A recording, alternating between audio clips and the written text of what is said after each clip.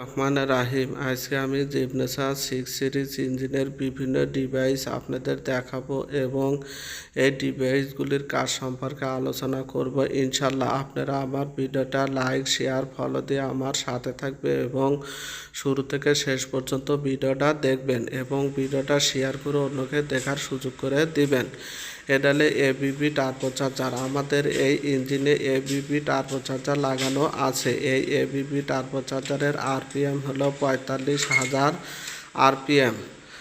Turbocharger কী কাজ করে আমরা সবাই তা জানি। এটা হলো প্রিহিটিং মোটর। প্রিহিটিং মোটরের কাজ হলো ইঞ্জিন যখন বন্ধ থাকে তখন ইঞ্জিনের ভিতরে যে জ্যাকেটার থাকে সেই জ্যাকেটারকে সার্কুলেশন করা হলে প্রিহিটিং মোটরের কাজ।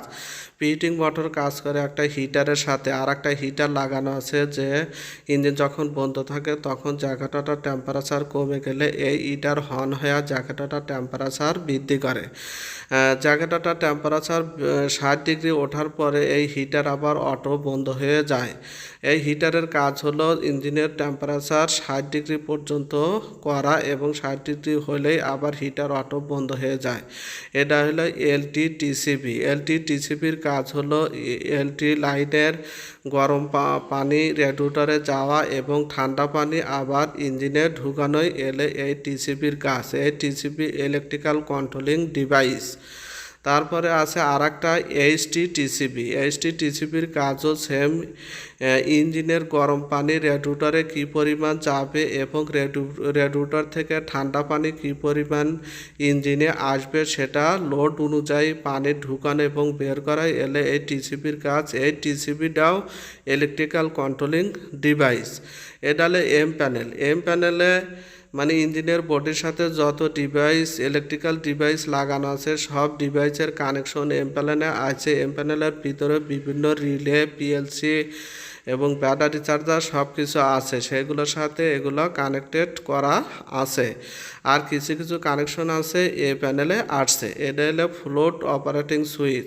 ইঞ্জিনের সামনে কী পরিমাণ ওয়েল আছে আমরা এই ফ্লোট সুইচ দিয়ে দেখতে পারি। যে গ্লাসে দেখা যাচ্ছে ওয়েল, এটা দেখতে পারি এবং ইঞ্জিন চালু অবস্থায় যদি ওয়েল লেভেল কমে যায় তাহলে এই ফ্লোট সুইচ পিএলসিকে কমান্ড দিয়ে এবং এই পিএলসি তখন একটা সলিনয়েড বাল্ব আছে, সেই সলিনয়েড বাল্ব ওপেন করলে তখন রিজার্ভ ট্যাঙ্কি থেকে ওয়েল সাম্পে আসে। এটা হলো প্রিহিটিং PT100 ওয়েল PT100।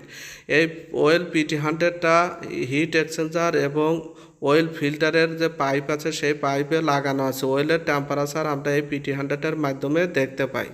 এটা হলো pressure temperature, well pressure temperature. ইঞ্জিনের রানিং অবস্থায় বা বন্ধ অবস্থায় ওয়েল প্রেশার কীরকম আছে আমরা এই প্রেশার টেম্পারেচারের মাধ্যমে দেখতে পাই।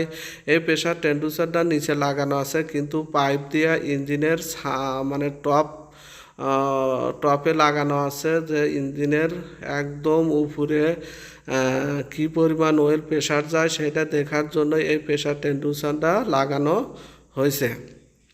এটা হলো স্পিড পিক আপ। এই স্পিড পিক আপটা আমরা ইঞ্জিনের আরপিএম দেখি। স্পিড পিক আপটা ইঞ্জিনের বডির সাথে লাগানো থাকে এক পাশে, আর স্পিড পিকারের মাথা ফ্লাই হুইলের সাথে 1 mm গ্যাপ থাকে।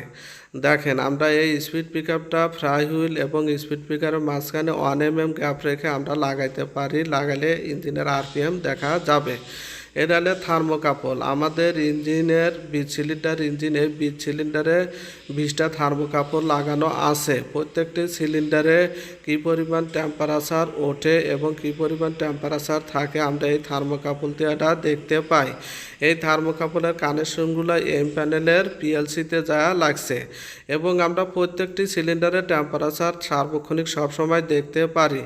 আশা করি আমার ভিডিওটা দেখে ইঞ্জিনের বিভিন্ন ডিভাইস দেখতে পাচ্ছেন এবং পরিচিত হতে পারছেন। আমার ভিডিওটা লাইক শেয়ার ফলো দিয়ে সাথে থাকবেন। আমি প্ল্যান্টের আরও নতুন নতুন ভিডিও নিয়ে এসে আপনাদের সামনে হাজির হবো। আজকে এই পর্যন্ত।